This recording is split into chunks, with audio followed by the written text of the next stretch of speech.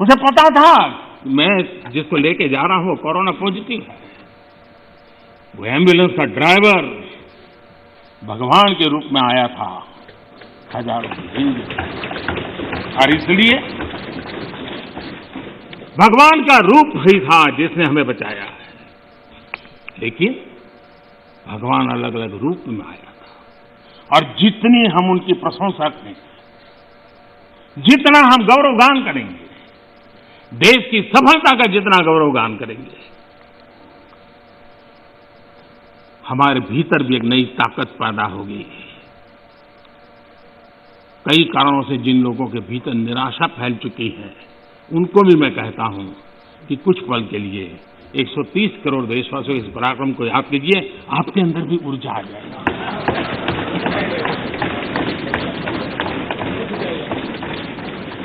माननीय अध्यक्ष जी, इस कोरोना काल एक ऐसा कसौटी का काल था जिसमें सच्ची कसौटी तब होती थी जब संकट होता है।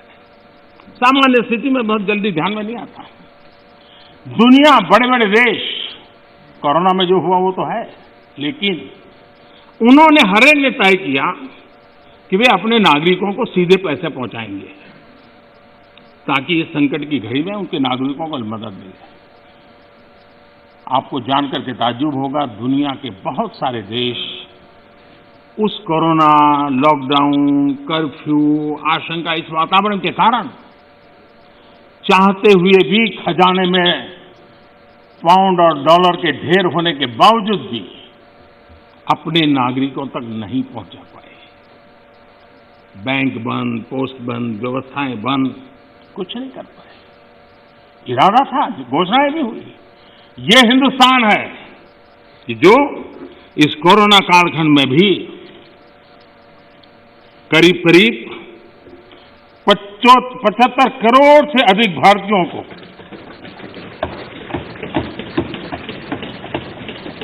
राशन पहुंचा सकता है, 8 महीने तक राशन पहुंचा सकता है। यही भारत है जिसने जनधन, आधार और मोबाइल के द्वारा 2 लाख करोड़ रुपया इस कालखंड में लोगों तक पहुंचा दिया। और दुर्भाग्य देखिए, जो आधार, जो मोबाइल, ये जनधन अकाउंट इतना गरीब से काम आया, लेकिन कभी कभी सोचते हैं कि आधार को रोकने के लिए कौन लोग कोर्ट में गए थे, कौन लोग सुप्रीम कोर्ट के दरवाजे खटखटा रहे थे। मैं कभी कभी हैरान हूं, और आज मैं इस बात को बार बार बोलूंगा, अध्यक्ष जी मुझे क्षमा करना।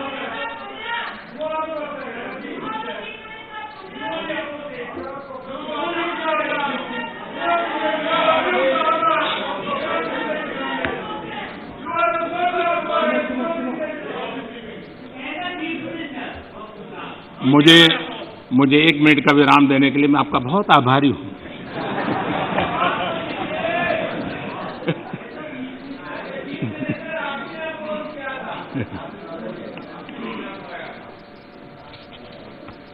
इस हसन में कभी कभी अज्ञान भी बड़ी मुसीबत पैदा करता है। मान्य अध्यक्ष जी, ठेले वाले, रेहड़ी पटरी वाले लोग इस कोरोना कालखंड में उनको धन मिले, उनके पैसे मिले, ये उनके लिए किया गया और हम कर पाए। आदरणीय अध्यक्ष जी, हमारी अर्थव्यवस्था इस कालखंड में भी हमने रिफॉर्म का सिलसिला जारी रखा, और हम इस इरादे से चले कि भारत जैसे अर्थव्यवस्था को उबारने के लिए, बाहर लाने के लिए हमने कुछ महत्वपूर्ण कदम उठाने पड़ेंगे। और आपने देखा होगा, डे 1 से अनेक विधि से रिफॉर्म के कदम हमने उठाए, और इसका परिणाम है आज ट्रैक्टर हो, गाड़ियां हो, उसका रिकॉर्ड सेल हो रहा है। आज जीएसटी का कलेक्शन एवर हाईएस्ट हुआ है। ये सारे आंकड़े हमारी अर्थव्यवस्था में जोश भर रही हैं, ये दिखाया जा रहा है कि नए जोश के साथ भारत की अर्थव्यवस्था उभर रही है, ये हम दिखता है। और दुनिया के जो लोग हैं उन्होंने ये अनुमान भी लगाया है कि करीब करीब 2 डिजिट वाला ग्रोथ अवश्य होगा। 2 डिजिटल ग्रोथ की संभावनाएं सभी पंडितों ने कही है और मुझे विश्वास है कि इसके कारण इस संकट के काल से भी, मुसीबतों के बीच से भी देशवासियों की अपेक्षा के अनुसार देश प्रगति करेगा। आदरणीय अध्यक्ष महोदय, इस कोरोना काल में 3 कृषि कानून भी लाए गए। ये कृषि सुधार का सिलसिला बहुत ही आवश्यक है, महत्वपूर्ण है और वर्षों से जो हमारा कृषि क्षेत्र चुनौतियां महसूस कर रहा है, उसको बाहर लाने के लिए हमने निरंतर प्रयास करना ही होगा और उस करने की दिशा में हमने एक ईमानदारी से प्रयास किया है। जो भावी चुनौतियां, जिसको कई विद्वानों ने कहा हुआ है, कोई मेरे शब्द नहीं है, कृषि क्षेत्र की इन भावी चुनौतियों को हमने अभी से डील करना पड़ेगा और उसको करने की दिशा हमने प्रयास किया है। मैं एक देख रहा था कि यहां पर जो चर्चा हुई और विशेष करके हमारे जो कांग्रेस के साथियों ने चर्चा की, मैं ये तो देख रहा था कि वो इस कानून के कलर पर तो बहुत बहस कर रहे थे। ब्लैक है कि व्हाइट है, ब्लैक है कि व्हाइट है। अच्छा होता उसके कंटेंट पर चर्चा करते, अच्छा होता उसके इंटेंट पे चर्चा करते, ताकि देश के किसानों को भी सही चीज पहुंच सकती थी। और मुझे विश्वास है दादा ने भी भाषण किया और मुझे लगता है कि दादा तो बहुत अभ्यास करके आए होंगे, बहुत अच्छी बात बताएंगे, लेकिन वो ज्यादातर प्रधानमंत्री और उनके साथी बंगाल में यात्रा क्यों कर रहे हैं, कैसे कर रहे हैं, कहां जा रहे हैं, उसी में लगे रहे। तो दादा के ज्ञान से हम इस बार वंचित रह गए। खैर, चुनाव के बाद अगर आपके पास मौका होगा तो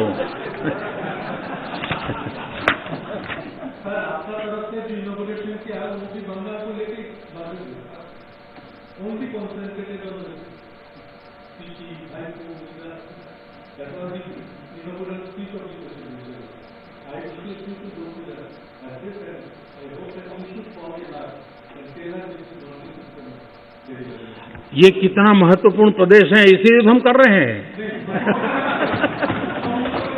हाँ, आप लोगों ने इसको इतना पीछे छोड़ दिया, हम तो इसको प्रमुखता देना चाहते हैं।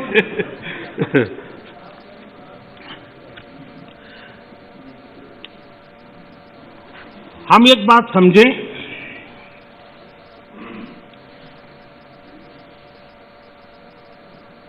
जहां तक आंदोलन का सवाल है, दिल्ली के बाहर हमारे जो किसान भाई बहन बैठे हैं, जो भी गलत धारणाएं बनाई गई, जो अफवाहें फैला गई, उसके शिकार हुए हैं। लेकिन मेरा पूरा भाषण बोलने के बाद सब कीजिए, आपको मौका मिला था।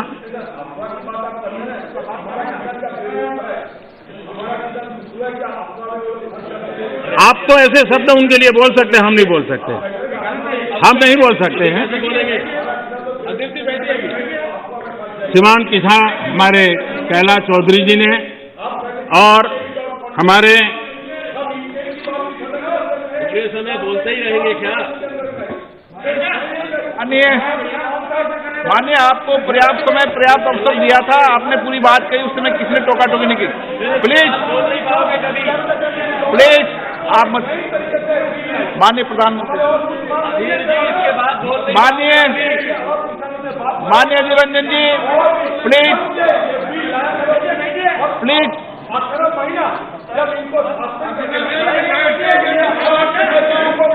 माननीय निरंजन जी, प्लीज।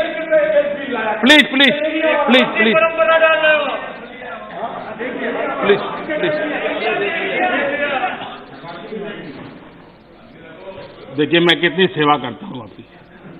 आपको जहां रजिस्टर करवाना था हो गया।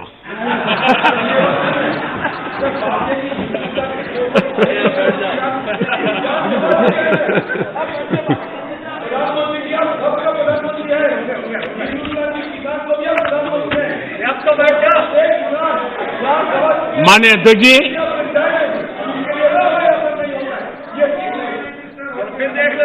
माननीय अध्यक्ष जी,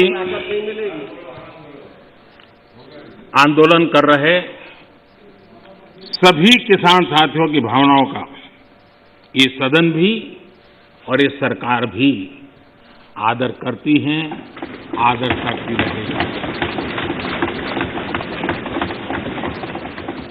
और इसीलिए सरकार के वरिष्ठ मंत्री, जब ये आंदोलन पंजाब में था तब भी और बाद में भी, लगातार उनसे वार्ता कर रहे हैं, किसानों के प्रति सम्मान भाव के साथ कर रहे हैं, आदर भाव के साथ कर रहे हैं। और इसलिए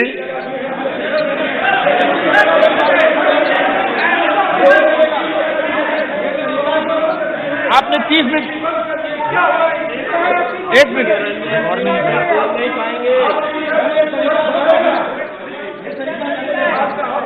आपका कोई रिकॉर्ड नहीं, जरा बैठिए।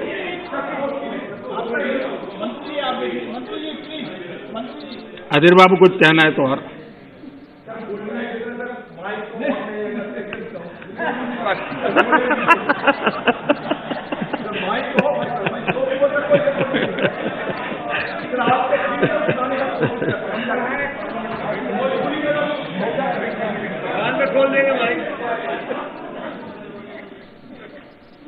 मैं अध्यक्ष जी, बीच बीच में जरूरी होता है सब। लगातार बातचीत होती रही है और जब पंजाब में आंदोलन चल रहा था उस समय भी